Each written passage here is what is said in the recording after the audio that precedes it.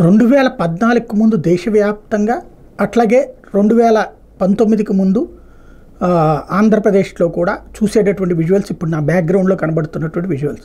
అప్పట్లో 2014కు ముందు దేశవ్యాప్తంగా కూడా ఎరువులు కావాలన్నా విత్తనాలు కావాలన్నా ఏదైనా సరే బారులు తీరు ఉండటమే.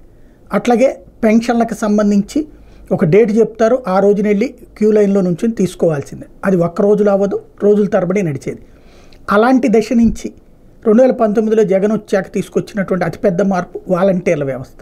ముందైతే తన ఎన్నికల ప్రచారంలో చెప్పినప్పుడు ఇవన్నీ ఉత్తుత్తి మాటలు, ఎంత సాధ్యం, 2.5 లక్షల మంది 3 లక్షల మందిని పెట్టి చేయగలుగుతాడా ఇతను, 50 ఏళ్ళకి 60 ఏళ్ళకి ఒక మనిషిని పెడతానంటున్నాడు, జన్మభూమి కమిటీల టైప్లో మళ్ళీ కొత్త దొంగలు వస్తారేమో, కొత్తగా దోచుకోవడానికి వస్తారేమో అంటే అట్లా కాకుండా 5,000 జీతం పెట్టడం వల్ల సిన్సియర్గా పనిచేసే వాలంటీర్లు వచ్చారు.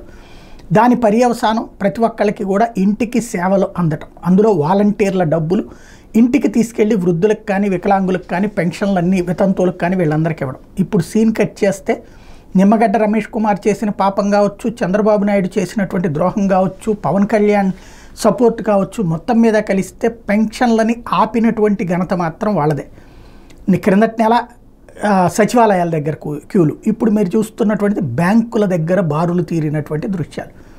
ఎందుకు, ఏం పాపం చేశారు వాళ్ళు? పేదరికంలో పుట్టడం పాపం, పేదరికంలోనే పెరగాల్సిన పరిస్థితి రావడం పాపం, పేదరికంలోనే వృద్ధాప్యంలో ఉండటం వాళ్ళ పాపం. పేదరికంలో ఉన్నోళ్ళకే కదా ఇది ఇచ్చేది.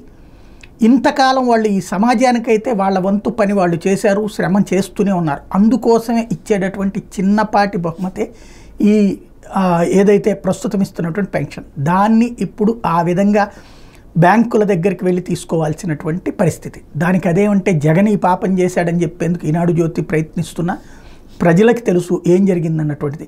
సచివాలయాల దగ్గరికి ఇస్తుంటే సచివాలయాల దగ్గరికి ఇవ్వాలని వీళ్ళు అడిగారు, అక్కడ చచ్చిపోతున్నారని ఇప్పుడు సచివాలయాలు కాదు బ్యాంకుల దగ్గరికి అని చెప్పి మళ్ళీ అదే నిమ్మగడ్డ పెట్టారు.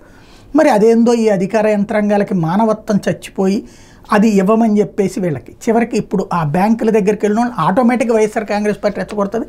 వాళ్ళైతే అక్కడ జరుగుతున్న పరిణామాల మీద తిట్టకుండా తిడతా ఉన్నారు. ఒక్కసారి ఆ వెర్షన్ వింటే కూడా మనకి అర్థమవుతుంది. అదే ఇప్పుడు జగన్ గారు వచ్చే లోపలికి ఇంటింటికి ఇచ్చారు. అవును, జగన్ ఉండదు, పరిపాలన బాగానే ఉంది. ఇప్పుడు వీళ్ళు వచ్చే లోపలికి పెన్షన్లు మళ్ళీ యథావిధిగా ఇది వరకు 2014 తిరిగేవండి. నట్మానండి నిన్న పని మానుకున్నాం, ఇవాళ పని మానుకున్నాం. 1000 రూపాయలు పోనీయా మనకి, దాని మీద కదా బతికినోళ్ళు మనం.